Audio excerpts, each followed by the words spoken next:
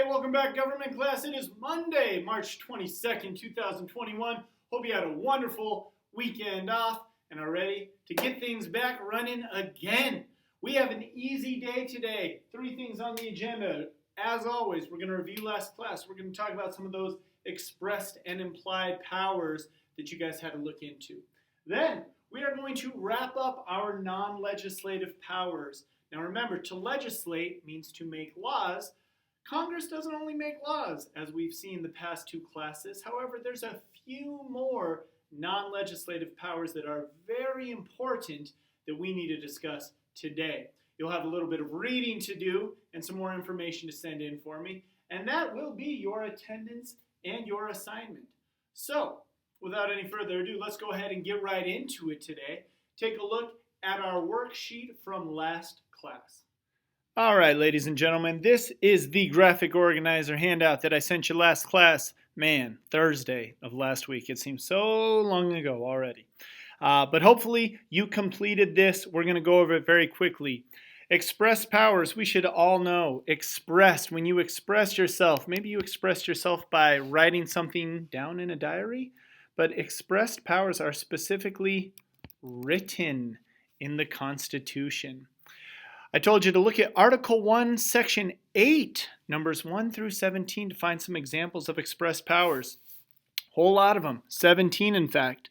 Hopefully you put down something like they are able to raise and spend money. They are able to borrow money. They can certainly control money for federal power. They can create punishment for people who counterfeit money. They can establish post office. They can establish a federal court system. They have the power to protect American ships on the high seas. They allow there's an express power that allows for the framers to raise and support armies. Congress may pass regulations that deal with military discipline. All of these things are expressed powers that are specifically in the Constitution. Now, for implied powers, we know that they're not written out, only, well, this is obvious, implied by the expressed powers. And they are based on something called the necessary and proper clause. And the necessary and proper clause is right here. Article 1, Section 8, number 18. And what that says is Congress basically has the ability to make all laws which shall be, another easy one here, necessary and, what do you think this word's going to be? Proper, of course, for carrying into execution the foregoing or previously listed powers. Meaning this, there is an expressed power that says Congress can raise and maintain an army. That implies the power for Congress to go to war using a draft, which is what we talked about earlier on in the year. To raise and maintain an army, well, if you're going to have a power to raise and maintain an army, that implies that you should be able to go to war and you can use a draft to do so. That's the raise an army part. You can use a draft. So does it say anywhere in the Constitution that Congress has the power to go to war using a draft? No, not at all. It's implied by this specific expressed power. Moving on, to regulate commerce implies the power to coin or make money. Simple as that. Regulating commerce. Commerce has to do with money. So to regulate commerce, that implies the power to coin and make money. To establish naturalization law. Well, we know what naturalization is. That's when immigrants become citizens of the U.S. So if we're creating a law about that, that implies the power to limit the number of immigrants. That's allowed. That's an implied power. And then finally, to establish post offices. That's an expressed power. It's written in the Constitution. But that implies the power to deliver, and regulate the mail. Because if you're going to establish post offices, you need to be able to deliver the mail and regulate it. You can choose the cost of how much it costs to buy a stamp or to send a letter somewhere. So these are all specific implied powers, but the key is to remember that every implied power is related to an expressed power. All the expressed powers are written, but they also have implied powers that aren't written in the Constitution. And that all goes back, all of this right here, and we'll highlight it. The expressed powers and the implied powers all go back to the necessary and proper clause. This clause allows for these implied powers. Now, one thing that we didn't talk about and that you had to look into was powers denied. That's right. Just like when you go up to a member of the other sex and you want to, ask them out on a date and they say, nuh-uh, Congress can also be denied because there are specific things written in the Constitution that does not allow for Congress to do whatever they want, basically. The first one, we said, look at Article 1, Section 9 to find powers that are denied. Here are some examples. We got a 2 because this is the second one listed. Congress cannot suspend or take away our right to, and this is a funny word, something called habeas corpus. Did you get that one?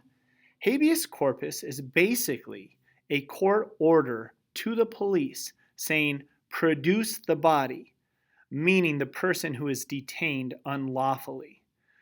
If you are detained, you cannot be detained so unlawfully. What the police have to do is either tell him or her the charges and put him or her on trial or let them go. Habeas corpus means you can't just be held forever without a trial, without being told why you're held. And this used to happen back in the day. Maybe they didn't like you. Maybe they didn't like what you were doing. Maybe they didn't like your style of work. So they would take you and they'd say, you're under arrest. And they'd hold you, and they'd never tell you why you're under arrest or put you on trial. That is illegal. Congress cannot take away our right to habeas corpus.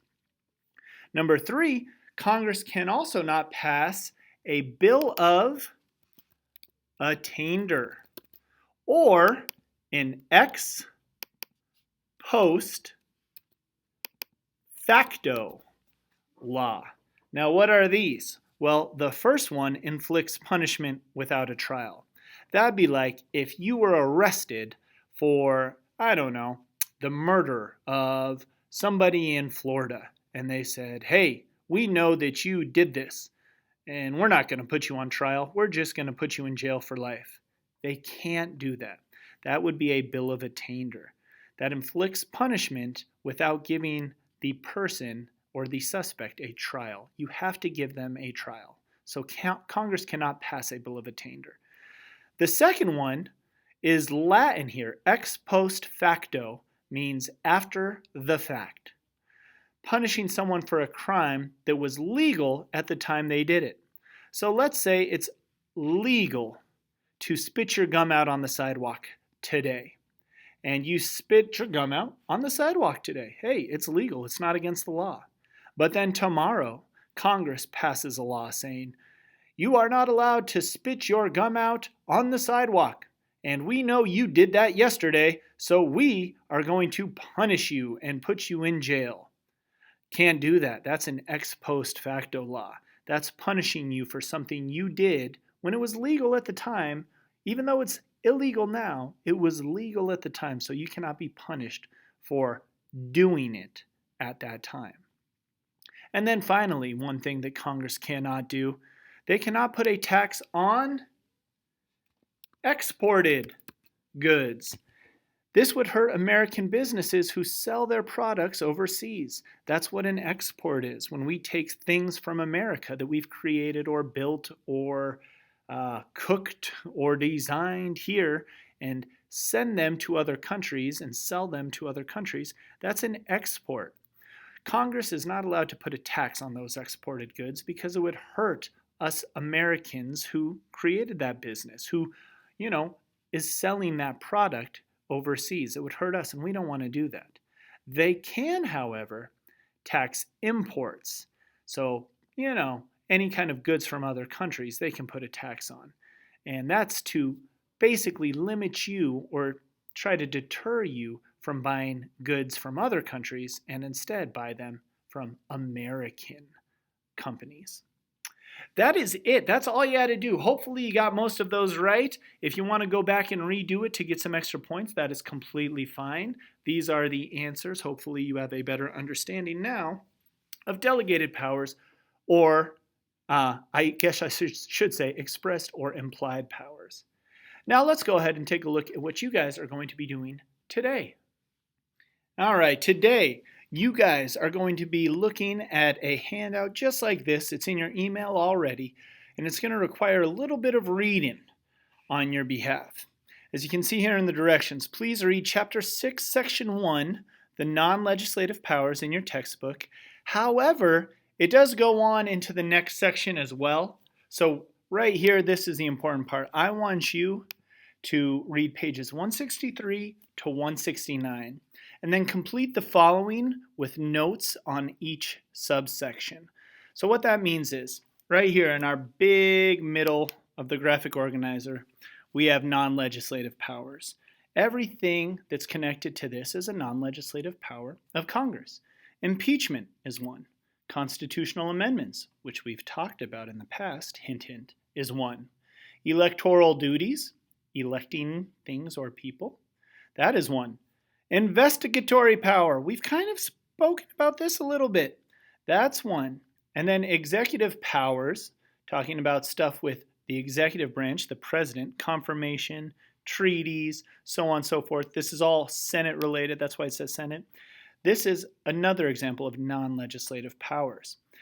All I want you to do is basically put a sentence or two in each box, like I said, that it kind of explains what the Congress can do based on these topics. So the topics are impeachment, constitutional amendments, electoral duties, investigatory power, and executive powers, and that's for the Senate only. So 1 to 2 sentences for each. For impeachment, tell me what it is. Then there's 3 guys' names here: Andrew Johnson, Bill Clinton, Richard Nixon. I can give you a hint. Don't think this is easy and say, oh, all 3 of these guys were impeached. I don't know. There's more information than just that. You're going to want to tell me about it. So tell me 2 sentences about Andrew Johnson regarding impeachment. 2 sentences about Bill Clinton regarding impeachment. Richard Nixon regarding impeachment. Then give me a sentence here about what Congress can do in regards to constitutional amendments. What is their investigatory power? What are their electoral duties? Just give me a sentence or 2, like I'm saying, summarizing those topics. All right?